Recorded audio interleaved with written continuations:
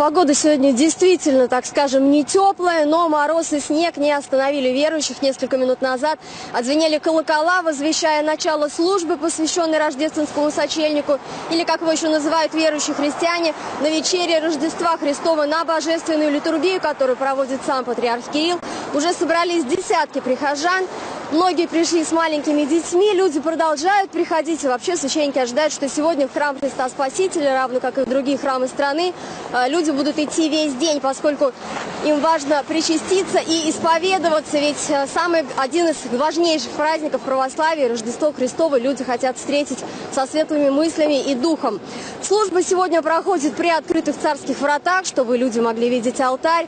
И я напомню, что эту византийскую традицию возобновили в России по решению патриарха Кирилла с прошлого года, Инна. Спасибо, Светлана. Это была Светлана Гордеева. Она находится у храма Христа Спасителя. Там идет подготовка к главной рождественской службе.